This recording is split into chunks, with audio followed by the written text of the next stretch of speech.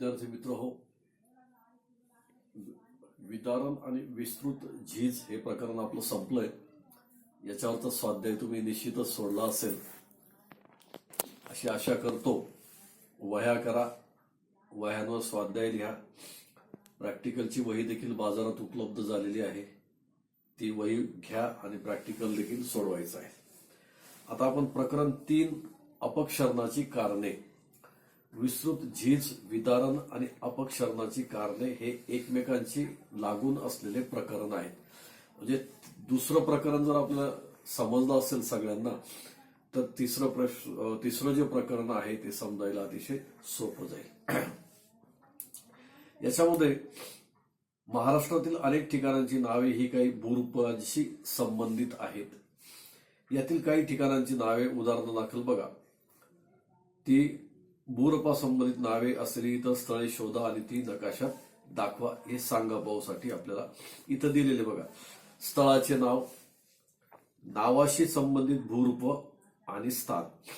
रेवदंडा, त्याच्यामध्ये कुठलं भूरूप आपल्याला पाहायला मिळतं? वाळूचा दांडा. कुठे? रायगड, महाराष्ट्रामध्ये. गणपतीपुळे, पुळण नावाचं भूरूप आपल्याला पाहायला मिळतं रत्नागिरी, महाराष्ट्र.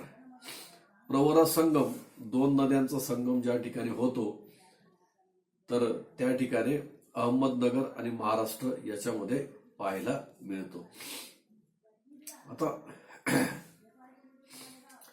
पुढे जर आपण भौगोलिक स्पष्टीकरण जर याचं बघितलं तर साधारणपणे भूरूपांचा उपयोग अनेक उपयोग ठिकाणांना किंवा गावांना देण्यासाठी होतो. ही जी काही भूरूपे निर्माण झालेली आहेत, भूरूपे तयार झालेली आहेत, त्या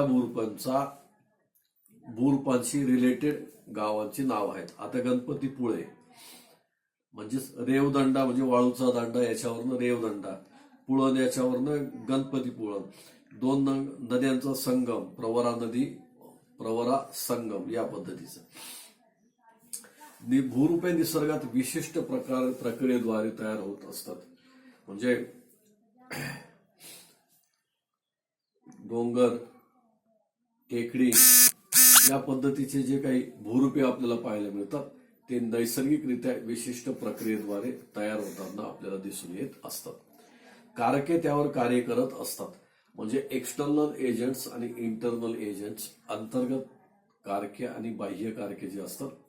अंतर्गत कारकांचा ज्यावेळेस रोल संपतो, भूकंप आणि ज्वालामुखी सारख्या ज्यावेळेस प्रक्रिया होतात, जमीन खचणे यासारख्या ज्यावेळेस प्रक्रिया होतात त्यावेळेस अंतर्गत कारकांची कामं संपतात आणि बहिर्गत कारक हे सातत्याने त्याच्यावर कार्य करत असतात आणि त्या बहिर्गत कारकांमुळे भूरूपे निर्माण होताना दिसून येत असतात. अर्थात याच्यासाठी प्रदीर्घ कालखंड जावा लागतो. एखादं भूरूप ज्यावेळेस निर्माण होतो त्यावेळेस ते काही क्षणांमध्ये, काही तासांमध्ये, काही दिवसांमध्ये होत नाही, तर त्याच्यासाठी अनेक प्रदीर्घ स्वरूपाचा कालखंड त्या ठिकाणी जावा लागतो. नदी, सागरी लाटा, वारा, भूजल, हिमनदी, उष्णता यासारखी अपक्षरण कारकांबाबत यापूर्वी तुम्ही इयत्तेत अभ्यासले. म्हणजे सागरी लाटा असतील, नदी असतील, वारा, भूजल, हिमनदी, उष्णता, वनस्पती, मनुष्य यासारखे जे कारके आपल्याला पाहायला मिळतात त्यांचा अभ्यास आपण केलेला आहे. ही कारके म्हणजे भूरूप निर्माण करण्याची माध्यम आहेत, म्हणजे साधन आहेत. आणि साध्य, साधन म्हणजे कार्य आणि साध्य म्हणजे भूरूप तयार होणे. या कारकांमुळे विदारण झालेल्या खडकांना विलग करणे.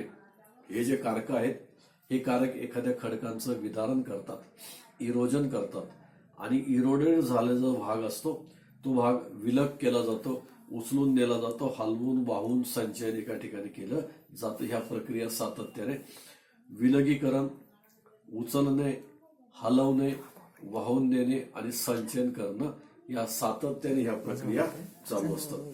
त्यामुळे अपक्षरणाची आणि संचयनाची भूरूपे तयार होतात. काही प्रक्रिया सर्व कारकांमध्ये समान असतात, परंतु काही ठराविक प्रक्रिया विशिष्ट कारकांमुळेच घडतात. खालील दिलेल्या तक्त्याच्या आधारे या प्रक्रिया कशा घडतात हे समजून घ्या. सोबत दिलेल्या आकृतींचा या प्रक्रियेशी कशा घडतात हे समजून घेण्यासाठी उपयोग होईल. आता खाली जर तुम्ही तक्ता बघितला त्याच्यामध्ये अपक्षरण क्रिया कारकं दिलेली आहेत, कोणत्या कारकांमुळे आणि आकृती दिलेली आहे. उदाहरणार्थ उखड या क्रियेत हिम नदीच्या तळावर व काठावर असलेल्या खडकांच्या पृष्ठभागावर सरकत्या बर्फाचा दाब पडतो. ही जी हिम नदी आहे, हिम नदीच्या पृष्ठभागावर सरकत्या बर्फाचा दाब पडतो. परिणामी तळाकडून वर आलेल्या व काठावर पुढे आलेल्या खडकाचा भाग उखडला जातो. तळाकडून त्या नदीच्या हिम नदीच्या तळाकडून आलेला जो भाग असतो तो भाग वरती आलेला भाग उखडला जातो. यालाच उखड प्रक्रिया असे म्हणतात. अपक्षरण झालेल्या तळाकडील भाग ओबडधोबड होईल. मग ज्या भागाचं अपक्षरण झालेलं असतं, ज्याचं विदारण झालेलं असतं, ज्याचं झीज झालेलं असतं, तो भाग मात्र आपल्याला ओबडधोबड पाहायला मिळतो. कारण त्याचा वरचा लेअर अपक्षरणद्वारे त्या ठिकाणी वेगवेगळ्या कारकांद्वारे तो भाग ओबडधोबड तयार होताना दिसून येत असतो. नंतर दुसरी प्रक्रिया जर आपण बघितली तर अपघर्षण या प्रक्रियेत पृष्ठभागाचे घर्षण होऊन ते खरवडले जाते. एखादा नदीचा पृष्ठभाग जो असतो त्या पृष्ठभागावर सातत्याने पाणी वाहून वाहून त्या पृष्ठभाग खरवडला जातो. जसे फर्निचरला पॉलिश करताना खरखरीत कागद वापरला जातो. एखाद्या फर्निचरला आपण ज्यावेळेस पॉलिश करतो त्यावेळेस त्या कागदाने तो भाग खरवडतो. त्या भागाचा नको असलेला भाग ज्यावेळेस काढतो त्या पद्धतीची क्रिया इथे घडते. कारकांबरोबर वाहत असलेल्या अवसादांच्या कणांमुळे घर्षण घडते. ह्या कारकांबरोबर जो भाग इरोडेड झालेला असतो, जो भाग अपक्षरण झालेला असतो किंवा विदारित झालेला असतो, तो भाग त्याला अवसाद म्हणतो. रॉ मटेरियल अवसाद हे कणांबरोबर घर्षण घडते व पृष्ठभाग गुळगुळीत होतो. कारकाचा वेग जसा वाढतो तसे अपघर्षण ही वाढत जाते. ते जे एजंट्स असतात, एक्सटर्नल एजंट्स, त्यांचा वेग जसा वाढतो तसं अपघर्षण क्रिया ही देखील सातत्याने मोठ्या प्रमाणात वाढत जाते. नंतर पुढची क्रिया आपल्याला बघायची आहे सन्निघर्षण. त्या सन्निघर्षामध्ये कारक आपण वापर, सागरी लाटा आणि नदी, त्याच्या आकृत्या बघितल्या तर त्या आकृत्यांवरून तुमच्या लक्षात येईल. सन्निघर्षण खडक आणि खडकांचे तुकडे एकमेकांवर आपटतात व ते तुटून त्याचे लहान तुकडे तयार होतात. वहनादरम्यान तुकड्यांचा आकार लहान होतो तसेच खडकाला गोलाई निर्माण होतं. वरचा खडक आणि खालचा खडक, हा खालचा खडक अपक्षरण झालेला खडक आहे त्यामुळे त्याला गोलाई निर्माण होताना आपल्याला दिसून येत असतो. म्हणजे याची कारक, वारा, सागरी लाटा आणि नदी याच्यामुळे अपक्षरण, सन्निघर्षण ही क्रिया मोठ्या प्रमाणात होताना दिसते. अपघर्षण आणि सन्निघर्षण या प्रक्रियेतील फरक म्हणजे अपघर्षण प्रक्रियेत पदार्थांच्या वहनादरम्यान भूपृष्ठावर परिणाम होतो, तर सन्निघर्षण हे वाहत्या पदार्थांशी संबंधित आहे. म्हणजे अपघर्षण हे वहनादरम्यान भूपृष्ठावर परिणाम होतो, तर सन्निघर्षण हे वाहत्या पदार्थांशी संबंधित अशा ह्या अपघर्षण आणि सन्निघर्षण प्रक्रिया आपल्याला पाहायला मिळतात. पुढच्या प्रक्रियेचा आपल्याला विचार करायचा आहे द्रावण. जेव्हा काही खडकांचे अपक्षरण सागरातील किंवा नदीतील काही जलांचे आम्लात रूपांतर झाल्यावर होते. सागराचं किंवा नदीचं पाणी जे असतं त्या पाण्याचं आम्लात रूपांतर ज्यावेळेस होतं अशा प्रक्रियेस द्रावण प्रक्रिया असे म्हणतात. म्हणजे आम्लाचा, त्या पाण्याचं आम्लात रूपांतर ज्यावेळेस होतो त्यावेळेस ही प्रक्रिया घडून येते. खडकातील चुना व चून खडक ही खनिजे पाण्यात विरघळतात. एखाद्या खडकामध्ये चुना असतो, चून खडक असतो, ते पाण्यात विरघळतात. नंतर ती पाण्याबरोबर वाहून किनारी भागात जेथे चून खडक, डोलोमाइट, वालुकाश्म असे खडक असलेले किनारी भाग अशा तऱ्हेच्या अपक्षरणास जास्त संवेदनशील असतात. म्हणजे किनारी भागामध्ये जेथे चून खडक, डोलोमाइट आणि वालुकाश्म भागाने जर किनारी भाग तयार झालेला असेल तर हे अपक्षरण किंवा द्रावण क्रियेसाठी अतिशय संवेदनशील आपल्याला पाहायला मिळतात. त्याच्यात भूजल, नदी, सागरी लाटा.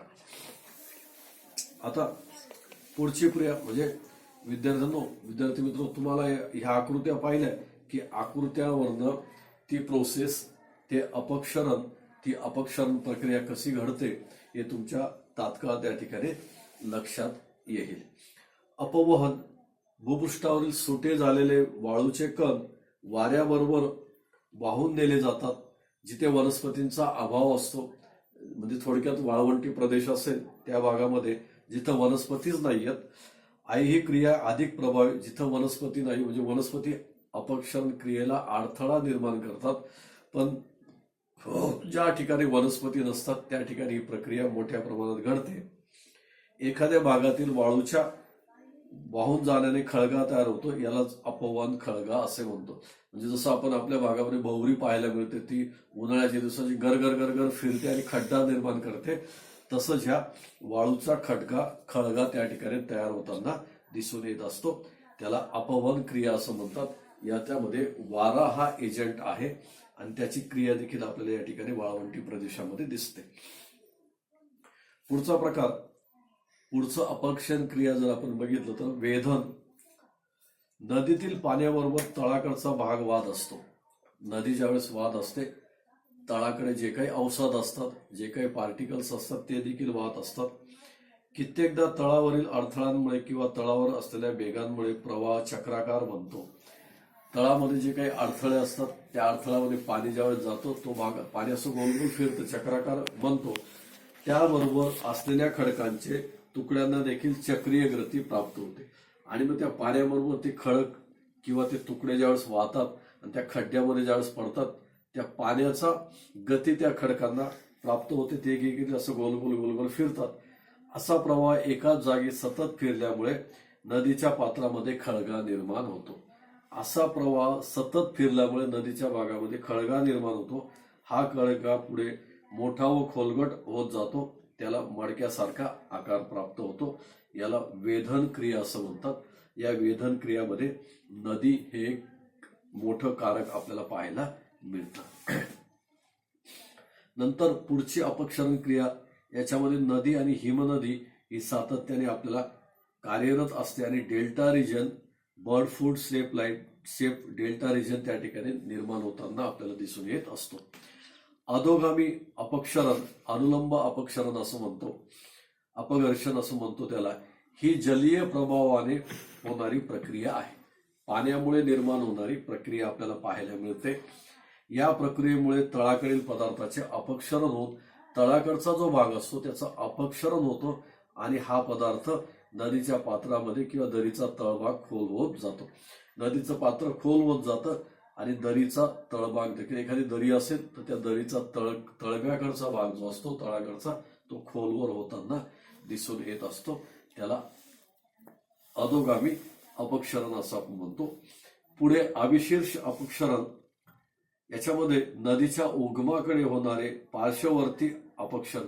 नदीचं उगम स्थान ज्या ठिकाणी असतं त्या ठिकाणी नदीचं पात्र अरुंद असतं. अरुंद असल्यामुळे पाण्याचा वेग जास्त असतो आणि ह्या वेगामध्ये अपक्षरण, पार्श्ववर्ती अपक्षरण या ठिकाणी घडून येतं. नदीच्या उगम क्षेत्रातील मृदा, दगडगोटे किंवा खडक हे उगम क्षेत्रातील तीव्र उतारामुळे कोसळतात.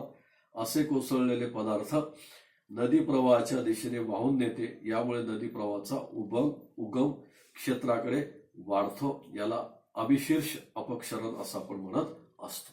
ठीक आहे.